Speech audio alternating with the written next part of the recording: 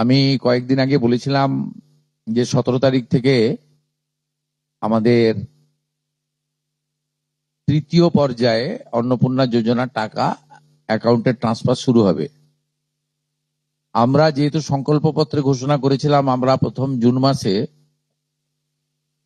28 লক্ষ বেনিফিশিয়ারিকে অনলাইন এবং অফলাইনের মধ্যে দিয়ে আমরা শুধু প্রোগ্রামটা লঞ্চ করিয়েছিলাম।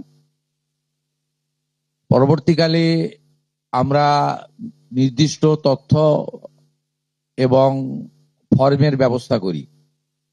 এটা করার পিছনে অনেকগুলো কারণ ছিল। প্রথমত সরকারি টাকা, এই সরকারি অর্থ সঠিক জায়গায় ব্যয় করা উচিত। সরকারি অর্থে নয়ছয় করার বা ফাইন্যান্সিয়াল ইনডিসিপ্লিন করার কোনো অধিকার কোনো মুখ্যমন্ত্রী, মন্ত্রী বা আধিকারিকের নেই। তাছাড়াও বিগত দিনের লক্ষ্মী ভান্ডার বলুন বা আমাদের সরকার আসার পরে অন্নপূর্ণা যোজনা, এটা সম্পূর্ণভাবে মহিলাদের একটি স্কিম। তার বয়স নির্দিষ্ট করা আছে 25 থেকে 60 বছর। সেক্ষেত্রে কোনো পুরুষের বা বয়সের 25 বছরের কম যারা, তারা পাওয়ার যোগ্য হতে পারে না। আমরা বিগত সরকার যখন প্রথম শুরু করে খুব অনিয়মিতভাবে প্রায় 9 মাস গেছে 500 টাকা করে ভাতা দিতে, এবং প্রতি মাসেই তাদের সংখ্যা এদিক ওদিক হয়েছে। ফাইনালি নির্বাচনের আগে তড়িঘড়ি করে 2 কোটির আশেপাশে কিছু সংখ্যা হবে 1,500 টাকা করে ট্রান্সফার করা হয় মাত্র 2 মাসের জন্য। শেষের দিকে ওই এবং সেটা করতে গিয়ে আমরা দেখলাম যে আমরা যদি সকলকেই লিস্টটাকে কনভার্ট করে দিই অন্নপূর্ণা যোজনাতে, তাতে এসআইআর এর নাম বাদ গেছে, ভারতীয় নয় এমন লোকের নাম থাকবে, মৃত লোকের নাম থাকবে, পুরুষদের নাম তাতে থেকে যাবে।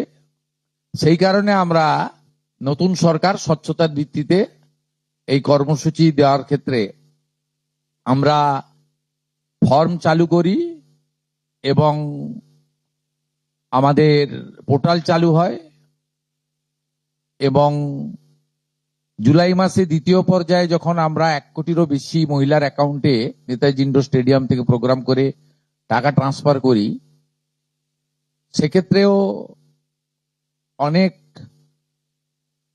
অভিযোগ আসে আমাদের কাছে, এবং অনেক মহিলারা বলেন যে আমি যোগ্য কিন্তু আমাকে দেওয়া হয়নি ইত্যাদি ইত্যাদি। তাই আমরা আমাদের বিডিওদের সাহায্য নিয়ে জেলা শাসকদের নেতৃত্বে হাউস টু হাউস ভেরিফিকেশন যতটা সম্ভব এই সময়ের মধ্যে করি, এবং জুন এবং জুলাই মাসের 31 তারিখ পর্যন্ত পোর্টাল চালু ছিল আবেদনের। এবং এখানে প্রায় 1,70,00,000 বা তার থেকে একটু কিছু বেশি হবে, সংখ্যাটা আমি এই মুহূর্তে ডিটেলসে যাচ্ছি না, তারা আবেদন ইত্যাদি করেন, যার মধ্যে জুলাই মাসের প্রাপকরাও ছিলেন। অনেকের না পাওয়ার অভিযোগও ছিল, সংখ্যা অনেক। আবার অনেকের বক্তব্য ছিল যারা পাওয়ার যোগ্য নয় তাদের দিয়ে দেওয়া হয়েছে। তাই আমরা মোটামুটি একটা ভেরিফিকেশনের কাজ করছি, যে কাজ আগামী কাল পর্যন্ত আমাদের চালাতে হবে। এর মধ্য দিয়ে ইতিমধ্যে যারা ভেরিফাইড হয়েছেন, সংখ্যাটা অনেক, গত মাসের থেকেও অনেক বেশি, তাদের অর্থ দপ্তর 17 তারিখ থেকে এত বিরাট এলাকা, বিরাট টাকা, 2-3 দিন লাগবে, অ্যাকাউন্টে ট্রান্সফার তারা করতে থাকবেন।